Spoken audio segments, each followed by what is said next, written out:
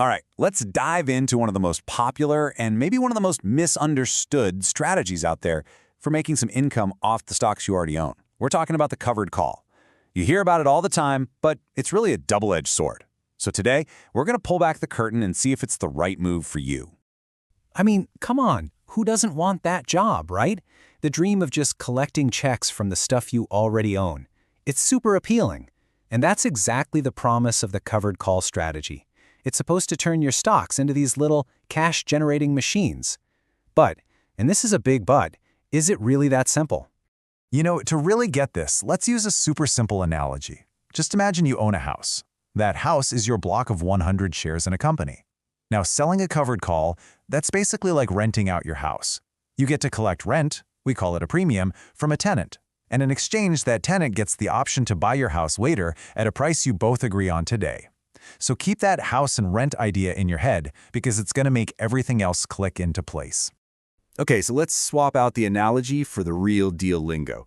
A covered call is an option strategy where you, the stockholder, sell a call option on a stock you already own. It's what you do if you think the stock is going to stay pretty flat, or maybe go up just a little bit. The main goal here isn't to hit a home run. It's to generate a little extra income. So this whole strategy is really a game of trade-offs. The big goal is income, but the catch is your potential profit is capped. The biggest risk you face? Well, it's that the stock itself could just tank. Now, you do have a friend in your corner called time decay, or theta, but you've also got an enemy lurking, and that's rising volatility, or vega. It's all about balancing these forces. Now, the good news here is that putting this trade together is actually incredibly simple. Seriously, don't let the Wall Street jargon scare you. It really just boils down to two very easy steps. First things first, you have to own the house, which means you need at least 100 shares of the stock. This is super important because it's what makes the position covered. You're not just gambling on a thin air. Then, step 2, you collect the rent. You do this by selling one call option for every 100 shares you own. And that's pretty much it. You just created a covered call. Okay, theory's one thing, but let's make this real. We're going to walk through an actual example using a popular ETF for semiconductor stocks, SMH. This is going to show us exactly how things can play out with real numbers so we can see the good and the not so good. All right, let's get into the nitty-gritty. Let's say we own 100 shares of SMH that we bought for about $183 a share. We decide to sell one call option against it. We choose a strike price of $192 and it expires in 37 days. Now, for doing this, we get paid immediately. We collect a premium of $9.50 a share. That's $950. Boom, right in our account. And check this out. That premium instantly lowers our break-even price on the stock all the way down to $173.60. So from this point on, the road really splits in two. Path number 1, which is the best case for us income seekers, is that SMH stays below our $192 price target. If that happens, we keep our shares and we pocket that entire $950 premium, no strings attached. Path number 2, the less ideal one, is the stock just goes on a crazy tear and blows past 192. We still make money for sure, but our shares get sold and we miss out on any of the fireworks above that price. So let's look at that first path, the happy path. Let's say SMH climbs up to $190 by the time the option expires. The call we sold, it expires worthless. We keep the whole $950 premium. Plus, our stock is now worth more. It's gained $690. You add those together, and that's a total profit of $1,640 in just over a month. Not bad, right?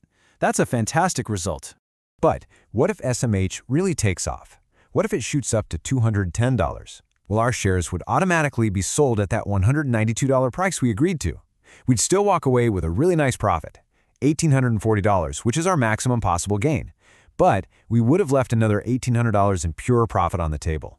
That's the opportunity cost. And yeah, that can really sting. And that feeling, that sting of missing out, it's real. There's this story about a guy who kept selling covered calls on his company stock.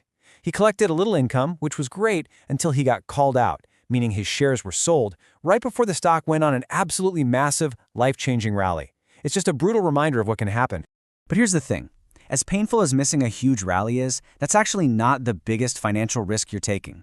The real danger, the one you have to watch out for, is that the stock you're holding decides to take a nosedive. That premium you collected, it's just a tiny little cushion against a major loss. So let's get really clear on what can go wrong. First, price risk. If your stock drops 20 or 30%, that little bit of rent you collected isn't going to make you feel much better. We've already talked about opportunity cost, and then there's something called assignment risk. That just means the person who bought your call option can force you to sell them your shares at any time, sometimes even before the expiration date. This happens a lot right before a company's about to pay out a dividend. Okay, so after all those warnings, you might be thinking this is a terrible idea. But hold on, it's not a blind gamble. You actually have a lot of control over how you set this up. You can make smart choices that help you manage these trade-offs. So, how do you pick the right call to sell? Well, a key thing to look at is called delta. You can think of delta as a rough guess of the odds that your stock will end up above your strike price. A lot of traders aim for a delta somewhere between 0.30 and 0.50 to get a good balance. For expiration, the sweet spot is usually 30 to 45 days out. That's when time decay really starts to kick in and work for you. And one more tip, if you can sell your call when something called implied volatility is high, you'll get paid more premium. Just know that high volatility also means higher risk. All right, you're going to hear people talk about the Greeks, and it can sound super intimidating.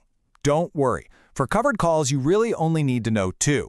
First, theta is your absolute best friend. It's time decay. Every single day that passes, the option you sold loses a tiny bit of its value, which is exactly what you want. Then there's vega. Vega is your enemy. It's tied to volatility. The more uncertain the market is, the more valuable that option becomes. And since you sold it, you don't want it to get more valuable. So, when you strip everything else away, all the jargon, all the numbers, the Greeks, this whole thing really boils down to one single fundamental choice you have to make about what you want from your investments. On one side of the scale, you have predictable income, the chance to generate consistent cash flow month after month, like a landlord collecting rent. It's a strategy for when you're feeling pretty neutral about the market. On the other side of the scale, you have unlimited potential, the chance to hold on to your stock and capture every single penny of growth if it just skyrockets. You can't have both. It's one or the other. And that really is the question you have to ask yourself. Is that steady, predictable rent check worth giving up the chance to hit a potential jackpot? Are you an investor who prioritizes income, or are you holding out for that massive growth? There's no right or wrong answer here, but understanding that you're making that choice, that's the key to using this powerful tool the right way.